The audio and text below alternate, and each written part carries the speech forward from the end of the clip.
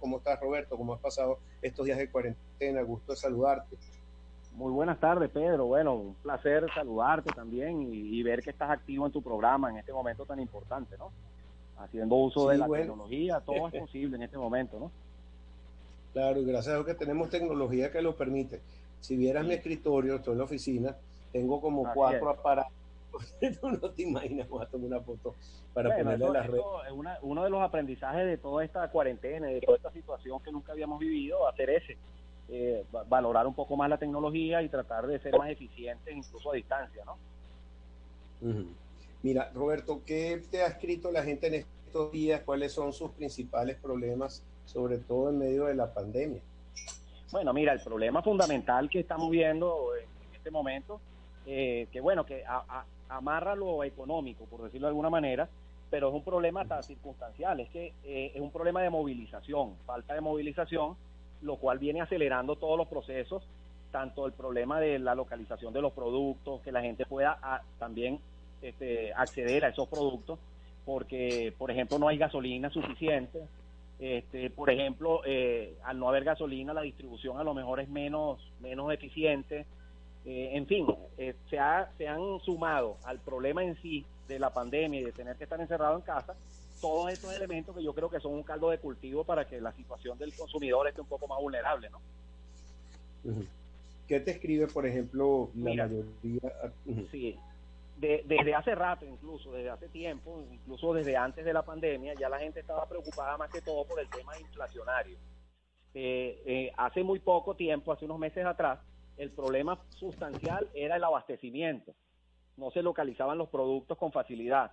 Luego esto se dio como una suerte de dolarización de facto y también como una anulación de la ley de precios justos de facto también, porque no fue que hubo una nueva ley o un decreto que la derogó, sino que en la práctica el gobierno dejó de fiscalizar y dejó de fijar precios. En consecuencia, ¿cuál fue el resultado? Automáticamente comenzaron a aparecer los productos, los empezaste a ver en todas partes, pero no has controlado la inflación. Entonces, tienes un segundo problema para el consumidor.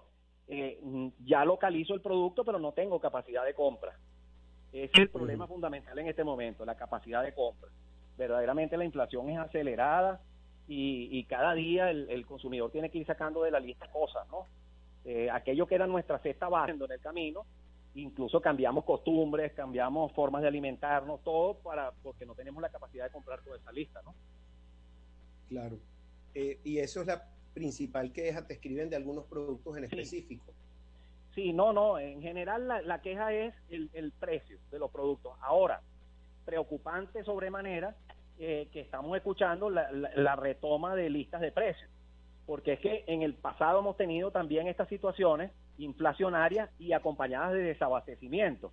Y cuando se han fijado listas de precios, el resultado ha sido totalmente adverso, es decir, más desabastecimiento y más inflación. Ahora que estamos en una situación de vulnerabilidad donde tenemos la movilidad reducida por varios factores, por el factor cuarentena, que no nos permite movilizarnos libremente, y luego el tema del combustible. Quiere decir que estamos más vulnerables. Si a eso le suma dificultad para localizar los productos y más inflación, bueno, yo creo que va a ser una situación bastante indeseada por los consumidores, ¿no? Esa es la mayor Claro. preocupación que estamos viendo en este momento de la gente, los precios de las cosas. No hay tanta aquella denuncia que había por el desabastecimiento. Originalmente Ujú. no consigo leche, no consigo pan, no consigo esto, no. Eso ya no es la recurrente denuncia, ¿no?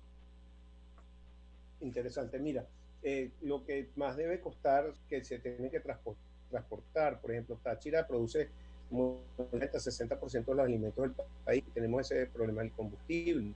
¿Cómo hacemos entonces si no paga ese combustible que se ha dolarizado de una manera exponencial? Oye, todo eso se traduce al consumidor a través de la subida de precios de todos estos alimentos que has notado tú. Sí, mira, exactamente lo que estás diciendo. Hay productos que el crecimiento de su valor o el precio ha sido aumentado exponencialmente porque precisamente son productos que ya no son de fácil localización, porque su transporte no lo permite y que no llegan con puntualidad. Entonces, cuando ese producto llega a algún sitio, llega mucho más caro. Eso se está viendo. Pero fíjate, Pedro, que más que regular precios y más que volver a esas medidas retóricas que se han dado durante mucho tiempo y que han generado todo este caos que tenemos en la economía, de alguna manera, yo creo que era un momento, ahorita, era un momento oportuno para que el gobierno nacional hiciera una tregua con los empresarios. Yo no me estoy refiriendo a temas políticos, yo me estoy refiriendo a los derechos del consumidor y a los estados de necesidad que está padeciendo la gente en este momento, ¿no? Entonces, como momento, era como oportuno hacer una tregua y tratar de buscar mecanismos, trabajar en conjunto, por lo menos mientras pasa este problema que estamos viviendo, que su resultado va a ser muy importante para lo que es la retoma de actividad y lo que viene en el futuro. Porque no es lo mismo retomar actividades y volver a la normalidad en unas condiciones desfavorables que hacerlo en unas condiciones de mayor tranquilidad, ¿no? Claro, absolutamente.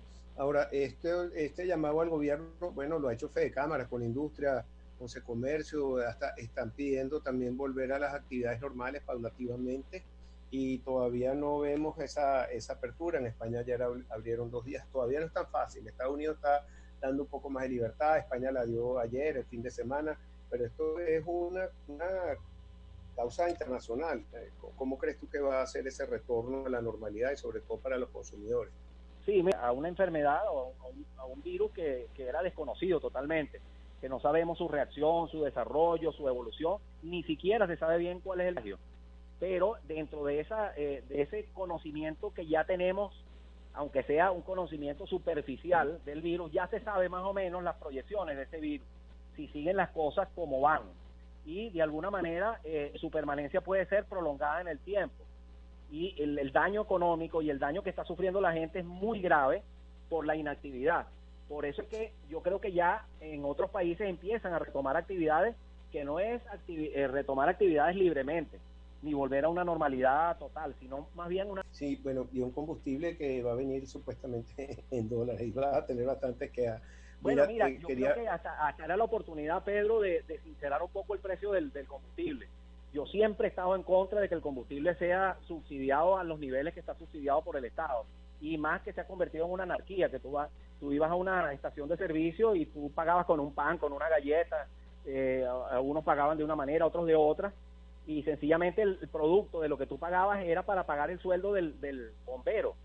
El señor de la concesión perdía todo, porque no tenía ingresos de ningún tipo. Entonces yo creo que es momento de retomar el tema del combustible ahora y tratar de buscar un mecanismo de sinceración del precio y con subsidio al transporte, para que la gente que es más vulnerable tenga sin mayores costos y todo funcione de una manera más regular, ¿no? Estar brincando, yo me acuerdo mucho de los bachaqueros cuando esto ocurrió en el pasado. Imagínate lo que es el manejo del combustible en esos niveles.